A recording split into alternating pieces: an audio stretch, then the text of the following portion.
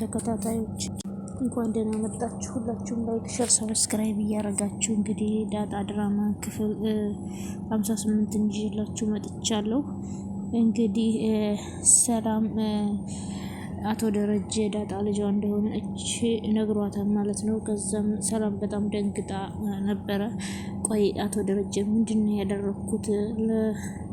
ነፍሰ ጡር እንደዚህ መናገር ነበረብኝ ወይ? ግን እኮ ንገረኝ ብላ ስታስጨንቀኝ ነው የነገርኳት። ግን ደግሞ እንደዚህ ሲሆን ደግሞ ሆዷ ላይ ያለው ጽንስ አደጋ ላይ ቢወድቅስ ብሎ አቶ ደረጀ በጣም ተጨነቁ ማለት ነው።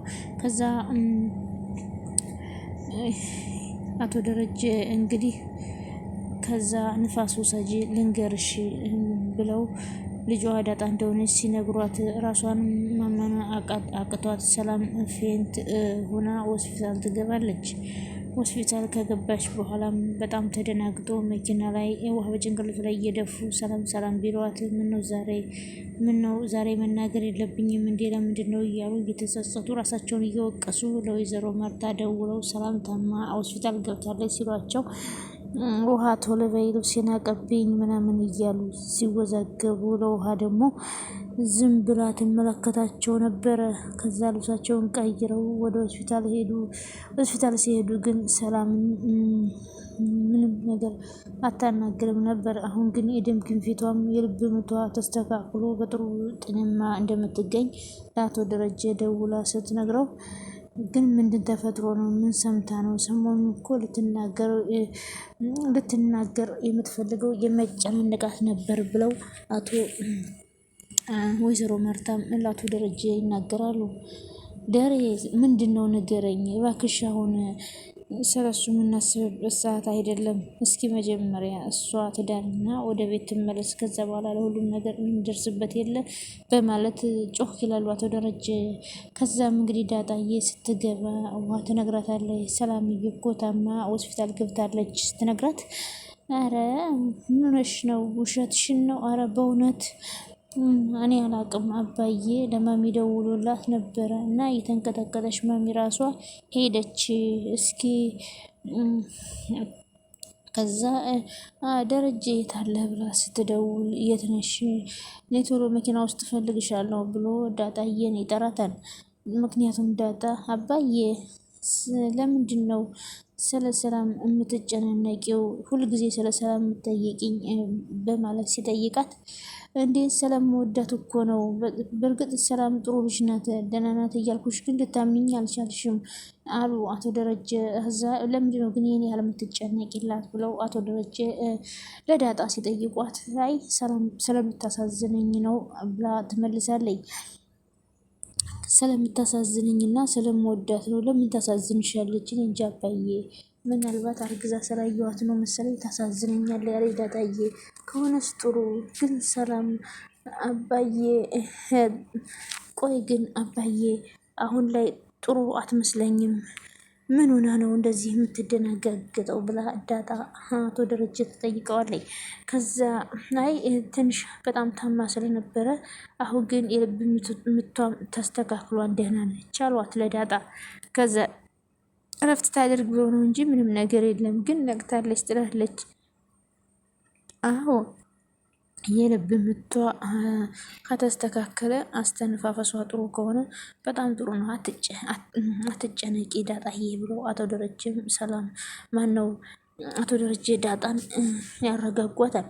ዳጣ ደግሞ በጣም እኮ ስለምታዛዝነኝ ነው ሰላምዬ በጣም ነው የምወዳታ ስትል አቶ ደረጀም እንግዲህ በግርምት ዳጣን ይሰሟታል።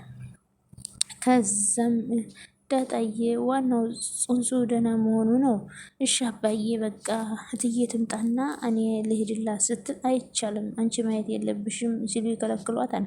እሷን ማስጨነቅ የለብሽም ምክንያቱም አንቺ እሷን ስለምትወጃት እሷን ታስጨንቂያታለሽ፣ በቤትሽ ቁጭ በይ አሉ። እንግዲህ አቶ ደረጀ ለሰላም ያው ዳጣ ልጇ እንደሆነች ስለነገራት ያው እሷን ስታይ ደግሞ ከጽንሱ ጋር እንዳትጨናነቅ ብለው ወይዘሮ ማርታ እዛ ሄደው ቁጭ ብለው እንግዲህ ጉዳቸውን አልሰሙም ወይዘሮ ማርታ። ከዛም ቤትም ስትመጣ ምን ሆነሽ ነው እንዳታስጨንቂያት፣ ምክንያቱም ጭንቀትም አሁን አትፈልግም እና እሺ መቼ ነው የምትመጣው?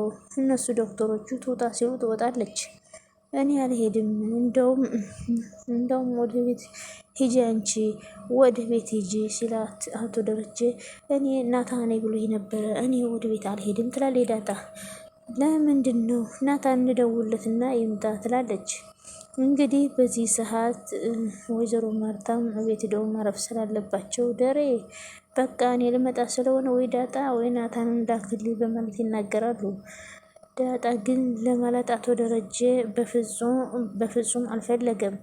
ምክንያቱም ዳጣን ስታያት የነገሯትን ትውስታ ትናገራለች ብለው ነበር። ሆኖም ግን ዳጣንም አየችም አላየችም ሰላም እንግዲህ ካለችበት ቀጥ ብላ ስታገግም እትዬን ስታያቸው ወይዘሮ ማርታን ዳጣ የታለች ዳጣዬ እኔም እኮ ዳጣን ልጄ ናት ብዬ ጠርጥሬ ነበር ብለው እርፍ አለች። ሰላም የታለች ዳጣዬ ስትል ግራ ተጋቡ። ምን እያልሽ ነው ሰላምዬ? ሰላማን ነው የምታወሪው? ዳጣ የማናት ልጅ? ዳጣዬ የታለች? ዳጣዬ እኮ የኔ ልጅ ናት እያለኝ በሰመመን ነበር የምትናገረው። በጤናሽ ነው? እስኪ ለማንኛውም ዳጣ ትምጣና እሷ እያያቻት የሚሆነውና የሚፈጠረውን ማየት አለብኝ ብለው ወይዘሮ ማርታም ተደነጋገጡ፣ ግራ ተጋቡ። ይህ ነገር ዳጣ የሷ ልጅ ሁና ከሆነ ሲሳይ ባለቤቷ ነው ማለት ነው ለሰላም ማለት ጀመሩ ወይዘሮ ማርታ። ወይስ ምን እየተፈጠረ ነው? ምንድን ነው ግራ የሚያጋባው ነገር? እዚህ ቤት ነገር እየተደረገው ነገር እኔ ግራ ገባኝ በማለት ወደ አቶ ደረጀ ደውለው ወይዘሮ ማርታ ደሬ እስኪ ዳጣ ላካት። ምን ለምን ፈለግሻት? ዳጣ ወደ ሆስፒታል ብትመጣ ጥሩ ይመስለኛል። እንዴት እንደዚህ ልትንቻልሽ? ምን ተፈጠረ? እያሉ ሲጠይቋት አይ እሷ አሁን ነቅታለች፣ ሰላም ደህና አይደለችም እንዲህ በማለት ሲደጋግመው ይጠይቃሉ። ሰላም አሁን በጣም ደህና ናት፣ አሁን ግን እየቀባጀረች ነው። የምትቀባጀረውም ነገር አላት። ይህ እኮ ታዲያ ጉልኮስ ስለወሰደች ነው። አንድ ሰው እኮ ጉልኮስ መርፌ ሲወሰድ ስለዚህ መርፌ እንድትተኛ እንድታርፍ መደንዘዣ ሰጥተዋት ነበርና እሱ ሊሆን ይችላል የሚያቀባጅራት። አይ እሷ ነፍሰ ጡር ስለሆነች እኮ መድኃኒት አይሰጣትም ተብሎ ብዙም አልተሰጣትም አለችው። ታዲያ ምን ሆና ነው እንደዚህ የምትሆኑ? እንጃ ዳጣ ነው የምትለው። ዳጣ ልጅ የኔ ልጅ ናት፣ ድሮም ጠርጥሬ ነበር፣ ሆዴ ነግሮኝ ነበር እያለች ስትል ነበረ ሲሉ ከዛ አቶ ደረጀም እንግዲህ ወይኔ የፈራሁት ሆነ እንዴ ምን ነው ባልተናገርኩኝ ብለው አቶ ደረጀም በጣም ተደነጋገጡ። ሆዴ ነግሮኝ ነበር እያለች ትላለች ሲሉ እሺ በቃ ትመጣለች ብለው አቶ ደረጀም ደንገጥ ብለው አዛም እንግዲህ ዳጣም እንግዲህ ሄዳ ስታያት አይኗን ከወለል እያደረገች ማልቀስ ትጀምራለች። ሁለቱም በለቅሶ ተቃቀፉ። ግን እናንተ ሁለታችሁ ምንድን ነው አለች ወይዘሮ ማርታ። እንዴት? እኔ እኮ ሰላምዬም በጣም ነው እዚህ ቤት እምወዳት።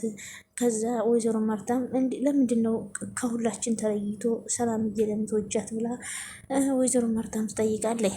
ከዛ እንዴ ምን ማለት ነው? በጣም እኮ ታሳዝነኛለች። ነፍሰ ጡር ሆና ስላየኋት እንደው አላቅም ትዬ በጣም ነው የምወዳት፣ በጣም ነው የምታሳዝነኝ። እንግዲህ ሰላምም አንገቷን እቅፍ አድርጋ ዳጣዬን ከአንገቷ ስር ይዛ እየሳመች እንግዲህ እንባዋን ኮለለል እያደረገች በዓይኗ ትጥለዋለች። ምክንያቱም አንዴ ቃል የገባችው ቃል አለ፣ ለማንም ፍንክች ብለሽ እንዳትናገር የተባለችው ነገር አለ። ሰላም ውድ የቻናሌ ተከታታዮች ለቻናሌ አዲስ የሆናችሁ ሁላችሁም ላይክ፣ ሸር፣ ሰብስክራይብ እያደረጋችሁ አበረታቱኝ። ዳጣ ቀጣይ ፓርቱን ይዘን መተናል። እንግዲህ ሰላምዬ አቶ ደረጀ ዳጣ ልጇ መሆኗን ሲነግሯት ራሷን መቆጣጠር አቅቷት ፌንት ሆና ነበርና ወደ ሆስፒታል ተወስዳ ነበርና ሆስፒታል ክትትል አድርጋ አሁን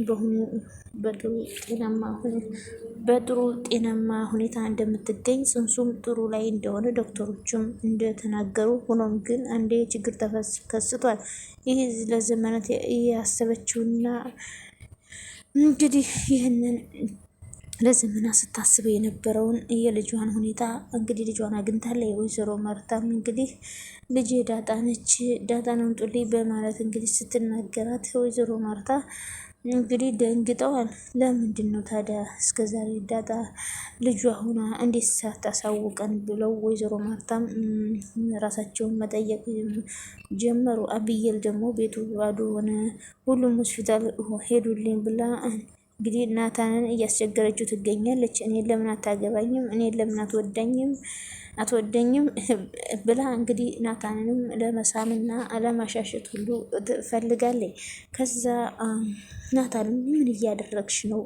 ከበጣ ገቤ ተነሽልኝ እንጂ ምን እያደረግሽ ነው ያለሽው አላት። ከዛ እሷም ደግሞ እኔን ነው የምታገባው፣ እኔን ካላገባህ በቃ ብላ ማስፈራራት ጀመረች። ቆይ ግን በባህላችን እኮ ወንድ ልጅ ነው እንጂ የሚጠይቀው ሴት ልጅ እንደዚህ አይን አውጥታ አትጠይቅም። ምንድን ነው እያደረግሽ ያለሽው አላት። ከዛ እኔ እኮ በጣም ቆንጆ ነኝ፣ እኔ እኮ በቃ እኔ በጣም ቆንጆ ነኝ ብላ ራሷን መቆለል ጀመረች። እኔን ካላገባህ እዚህ ቤት ትወጣለህ፣ እኔን አግኝተህ ነው፣ እኔ እኮ በጣም ቆንጆና የሀብታም ልጅ ነኝ ብላም እንግዲህ በሀብታም መመካት ጀመረኝ።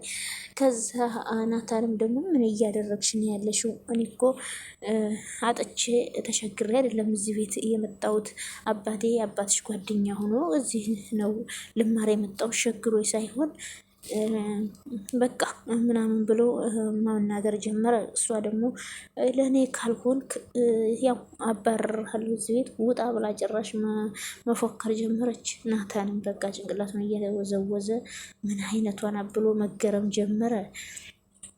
ከዛ እዚህ ቤት ውጣልኝ፣ አንተን አፍቅሬ ማየት መቻል አልችልም እና ቤታችንን ለቀህ ወጥተህ መሄድ አለብህ። በጣም በዚያ ሲያሳዝን ሁኔታ እሱም እኮ ቤት ቸግሮኝ አይደለም የመጣሁት ይለቀቅልሻል እንጂ አንቺን ከማልፈልግ ሰው ጋር ምንም አይነት ግንኙነት ሊጀምር አልችልም፣ ቤቱን ለቅቄ እወጣለሁ እንጂ ብሎ ቁርጡን ነገራት።